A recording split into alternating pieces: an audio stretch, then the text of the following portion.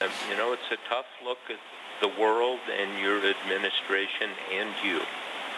Right. Well, I assume that means it's going to be a negative book.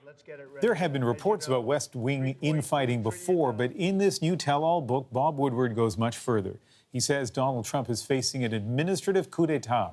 The book isn't out until next week, but in excerpts reported today in the Washington Post, White House Chief of Staff John Kelly described Trump as an idiot and unhinged. It's pointless to try to convince him of anything. He's gone off the rails. We're in Crazytown.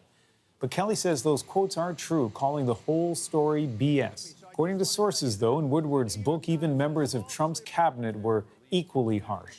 Defense Secretary James Mattis quoted as saying the president has the understanding of a fifth or sixth grader.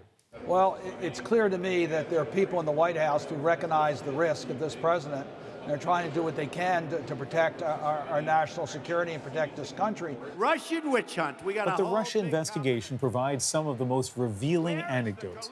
Trump's former lawyer, John Dowd, was apparently worried the president would commit perjury if he talked to the special counsel, Robert Mueller.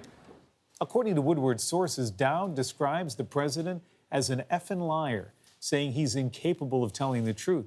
He apparently told Trump, don't testify. It's either that or an orange jumpsuit. Dowd resigned earlier this year. Woodward relies on hundreds of hours of taped interviews and dozens of sources in the president's inner circle, all given on deep background, so it's not clear who provided which details.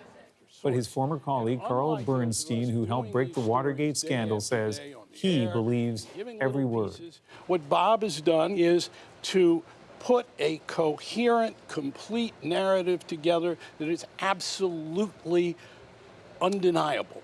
The president himself was not interviewed, despite what Woodward described as repeated attempts to do so. And tonight, Trump fired back on Twitter. Their quotes were made-up frauds, a con on the public. Likewise, other stories and quotes.